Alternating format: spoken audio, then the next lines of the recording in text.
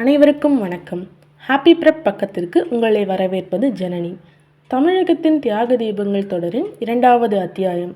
இன்று நாம் காணப்போகும் தலைவர் வ.உ. சிதம்பரனார். வ.உ. சிதம்பரனார் அன்றைய திருநெல்வேலி மாவட்டம் ஒட்டப்பிடாரத்தில் 1872ஆம் ஆண்டு செப்டம்பர் 5ஆம் தேதி பிறந்தார். தந்தை வழக்குரைஞர் உலகநாத பிள்ளை, தாயார் பரமாயி அம்மாள். தந்தை வழியில் மகன் சிதம்பரம் பிள்ளையும் வழக்குரைஞரானார்.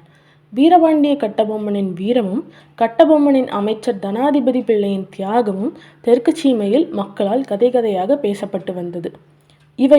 இவை போன்ற பல வரலாற்று நிகழ்வுகளும் இளம் வ.உ.சியின் நெஞ்சில் விடுதலை உணர்வை கிளர்ந்தெழச் செய்தன. 1906 சென்னைக்கு வந்த வ.உ.சி. மகாகவி பாரதியை சந்தித்தார். ஏற்கனவே சுதந்திர வேட்கையுடன் விளங்கிய வ.உ.சி. என் உள்ளத்தில் மின்மினி பூச்சி போல் ஒளிர்ந்து கொண்டிருந்த தேசாபிமான நெருப்பு விளக்கு போல ஒளிர்விட்டு பிரகாசித்தது என்று மகாகவி பாரதியின் சந்திப்பால் ஏற்பட்ட தாக்கத்தை பதிவு செய்துள்ளார். அமைப்புகளையும் நிறுவனங்களையும் உருவாக்கி அவற்றின் மூலம் மக்களை திரட்டி ஆங்கிலேயரை விரட்ட தீவிரமாக களமிறங்கினார் வ.உ.சி.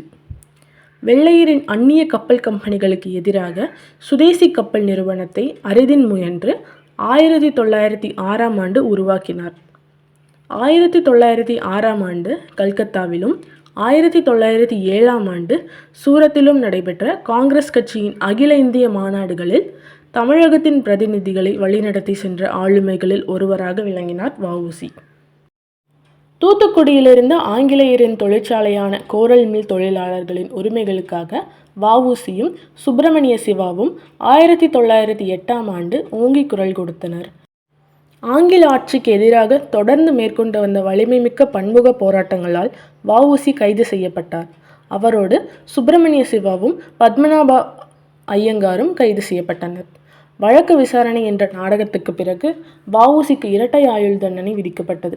35 வயதே நிரம்பிய வ.உ.சி.க்கு மொத்தம் 40 ஆண்டுகள் சிறை தண்டனை வழங்கப்பட்டது. மேல்முறையீட்டில் தண்டனை 6 ஆண்டுகளாக குறைக்கப்பட்டது. சுப்பிரமணிய சிவாவுக்கு 10 ஆண்டுகள் தண்டனை வழங்கப்பட்டது.